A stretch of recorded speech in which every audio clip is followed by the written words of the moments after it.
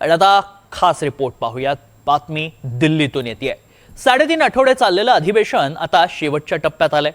मात्र या अधिवेशनात कधी नव्हे ते विरोधकांनी सरकारला चारी मुंड्या चित केल्याचं चित्र पाहायला मिळालंय. त्यातही सरकारचा हुकुमी एक्का असलेल्या अमित शहांनाच टार्गेट करत विरोधकांनी एकाच दगडात अनेक पक्षी मारलेत.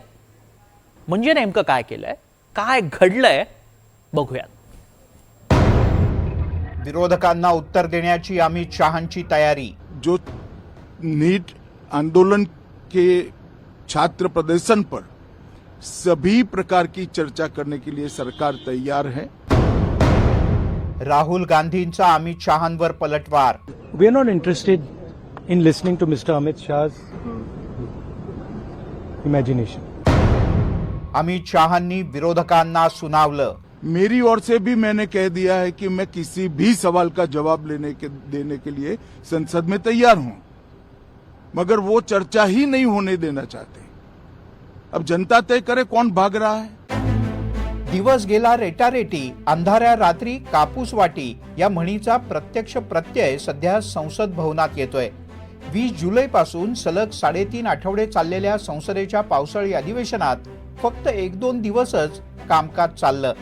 उरलेला संपूर्ण काळ विरोधकांनी अमित शहा यांना लक्ष केलं. विद्यार्थी आंदोलनादरम्यान विद्यार्थ्यांवर लाठीचार्ज, पॅलेट गनच्या वापराचे आदेश कुणी दिले होते याचा खुलासा अमित शहा यांनी करावा या मागणीसाठी विरोधक या अधिवेशनात कमालीचे आक्रमक होते. विरोधकांच्या मागणीचा रेटा इतका जबरदस्त होता की शेवटचे 2 आठवडे संसदेचं कामकाजच होऊ शकलं नाही. देश के हित में नहीं, वो सिर्फ लोगों को बढ़ाने के काम मिनिस्टर ने बात भी मिनिस्टर ने बात आगे खड़गे जी और कांग्रेस पार्टी समाजवादी कम्युनिस्ट वाले भगवान राम के मुद्दे पर बात नहीं कर सकते. अगर भगवान राम के मुद्दे पर बात करना है तो पहले माफी मांगो. इतने सालों से भगवान राम को जो गाली दिया है उसके लिए पहले माफी मांगना पड़ेगा. या कालावधी दरम्यान सरकारच्या वतीनं कोंडी फोडण्याचा प्रयत्न केला तो संसदीय कामकाज मंत्री किरण रिजिजू यांनी.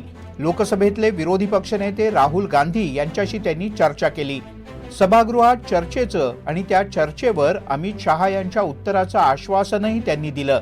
पण यानंतरही सभागृहातली कोंडी कायम राहिली. मेरा अनुरोध है, जितना भी जो आप वेल में आकर के हंगामा कर रहे हैं, अभी आप अपने अपने सीट पे चले जाइए. हम लोग चर्चा अभी आरंभ करने के लिए तैयार है. बस आप कुर्सी पे चले जाइए, अपने अपने डेजिग्नेटेड सीट पे चले जाइए. अब कांग्रेस और समाजवादी पार्टी के साथ और 2-3 दल जुड़े हुए हैं. मैं आपसे कहना चाहता हूँ, संपूर्ण सदन का मेजोरिटी 80% इस सदन के मेंबर चर्चा चाहते हैं और सरकार चर्चा के लिए अभी भी हमारे पास 2 दिन बचे हैं मानसून सत्र, और 2 दिन में हम चाहते हैं कि अभी चर्चा शुरू किया जाए. हम लोग बैठे हैं. रिजिजू यांच्या शिष्टाईला यश येत नाही असं पाहून विरोधकांची आक्रमक भूमिका पाहता दस्तूरखुद्द अमित शहा यांनी बुधवारी दुपारी आपलं मौन सोडलं. आपण चर्चेला तयार असल्याची प्रतिक्रिया त्यांनी सभागृहाच्या बाहेर दिली. तसंच विरोधकांनी पळ काढू नये असा टोलाही त्यांनी लगावला. यावर राहुल गांधी यांनी कठोर शब्दात पलटवार केलाय. जहां तक चर्चा का सवाल है, सरकार की ओर से किरण रिजिजू जी ने, जो हमारे पार्लियामेंट्री अफेयर्स मिनिस्टर है, उन्होंने बहुत स्पष्ट कर दिया कि जो नीट आंदोलन के छात्र प्रदर्शन पर सभी प्रकार की चर्चा करने के लिए सरकार तैयार है और चर्चा के लिए समय सुनिश्चित किया जाए और विपक्ष तैयार हो जाए. पहले तो ये यही मांग कर रहे थे, हमने हाँ बोल दिया. मेरी ओर से भी मैंने कह दिया है कि मैं किसी भी सवाल का जवाब देने के लिए संसद में तैयार हूं. गंभीर मसले पर इस तरह से चर्चा नहीं हो सकती है. शायद आपके पद्धति में होगा, मगर संसदीय पद्धति ये नहीं है. संसद में एट लेंथ चर्चा होती है. आज 3 बजे से देर रात तक, जब तक वो बैठे, और कल दोपहर 3 बजे तक हम तो क्वेश्चन आवर भी सस्पेंड करने के लिए तैयार है, अगर स्पीकर साहब अनुमति देते हैं तो.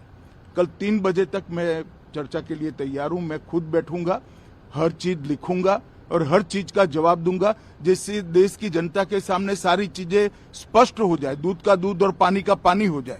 Most important thing to understand इस 20 दिन के लिए गायब हो गए। यहां बैठे थे, गाड़ी आती थी जाती थी, 30 गाड़ियां उनके, student should know this, 30 cars around Amit Shah. उनके घर के सामने जाइए, वहां पे मतलब 1000 पुलिस वाले खड़े हुए हैं कि कोई बच्चा ना आ जाए। Right? तो गुब्बारे में से गैस निकल गई, अब लास्ट मिनट वो उसमें फिर से गैस भरने की कोशिश कर रहे हैं, बट गुब्बारा फट गया है। Amit Shah has no courage. We are not interested in listening to mister Amit Shah's imagination. Modi सरकार सत्तेत आल्यानंतर गेल्या 12 वर्षात पहिल्यांदाच एखाद्या मुद्द्यावरून केंद्र सरकारची एवढी मोठी कोंडी झाल्याचं चित्र आहे। त्यातही विरोधकांच्या आक्रमक भूमिकेमुळे अमित शाह सभागृहातही आले नाहीत अशी चर्चा सुरू झाली। विद्यार्थी आंदोलनामुळे तयार झालेल्या रेट्याचा आपल्या रणनीतीसाठी उपयोग करून घेत विरोधकांनी पावसाळी अधिवेशनात सरकारला बॅकफूटवर जायला भाग पाडलं असा मेसेज जनमानसात गेलाय। इतकंच नाही तर मतदारसंघ पुनर्रचना सुधारणा विधेयक आणि परदेशी चलन नियंत्रण कायद्याचंही विधेयक सरकारला गुंडाळून ठेवावं लागलं।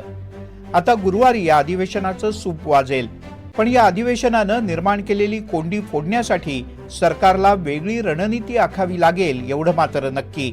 रामराजे शिंदे, NDTV मराठी, नवी दिल्ली।